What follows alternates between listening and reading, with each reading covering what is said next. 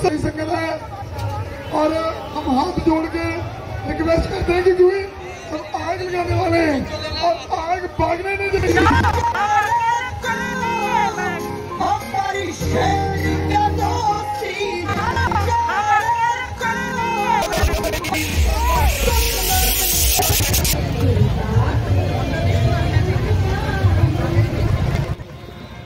Welcome back to টিজিস live.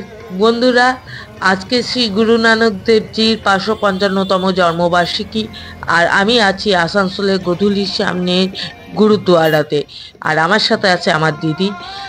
আজকের এই দিনটি শিখ সমুদায়ের কাছে বিশেষ, তাই আসানসোলের শিখ সমুদায়রা এই দিনটি কিভাবে পালন করলো তাই তোমাদের সামনে এই ভিডিওর মধ্যে দিয়ে তুলে ধরবো। তোমরা সাথে থেকো, আশা করছি ভালো লাগবে।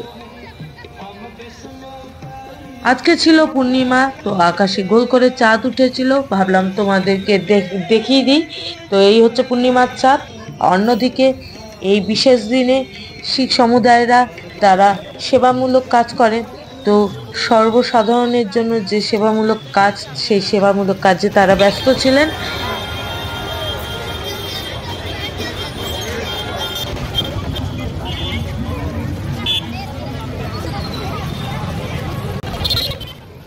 আর এখানে খুশির বহিঃপ্রকাশ করা হচ্ছে নানান ধরনের ফটকা ফাটিয়ে, নানান ধরনের মিসাইল জাতীয় ফটকা তারা ফাটিয়ে নিজেদের আনন্দের বহিঃপ্রকাশ করছিলেন। আর প্রত্যেকটা ফটকা ছিল খুব সুন্দর, প্রত্যেকটা বাজি সুন্দর ছিল, নানা রঙের, দেখতে দারুণ লাগছিল।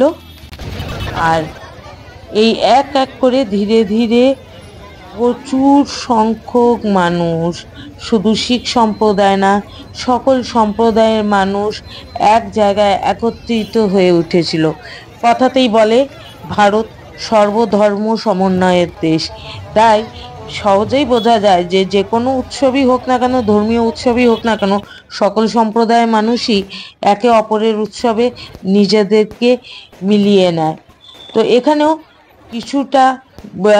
কিছুই আলাদা হয়নি, সব একই রকমের। আর এখানে খুশির বহিঃপ্রকাশ সমানে হচ্ছে।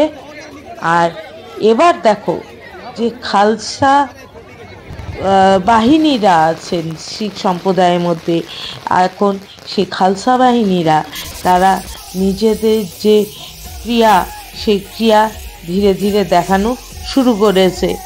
তো চলো তোমরা আমার সাথে দেখতে থাকো।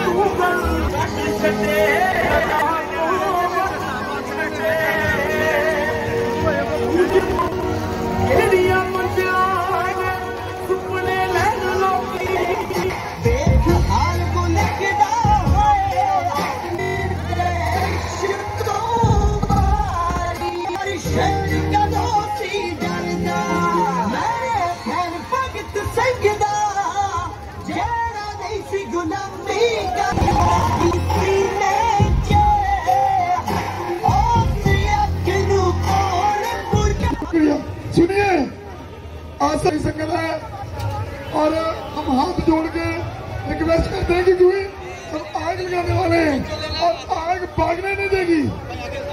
जड़ी आगे ने बच्चे नहीं देना, छोटे बच्चे अगे आ, लेडीज अगे आ, पीछे हो जाओ।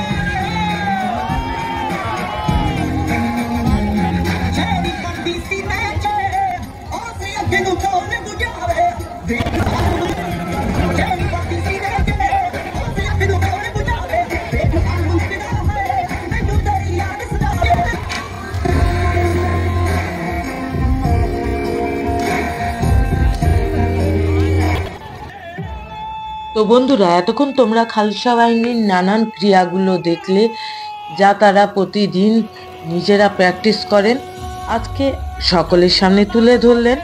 তো তা তোমাদের কেমন লাগলো অবশ্যই জানিও। আর এখন গুরু গ্রন্থ সাহেব নিয়ে শিখ সম্প্রদায়রা নিজেদের গুরুদ্বারার উদ্দেশ্যে রওনা হচ্ছেন।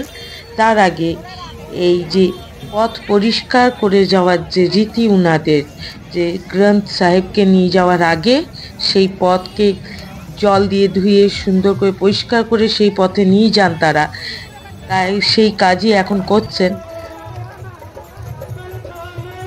আর এখন আসবে সেই গ্রন্থ সাহেবের যাত্রার সেই গাড়ি।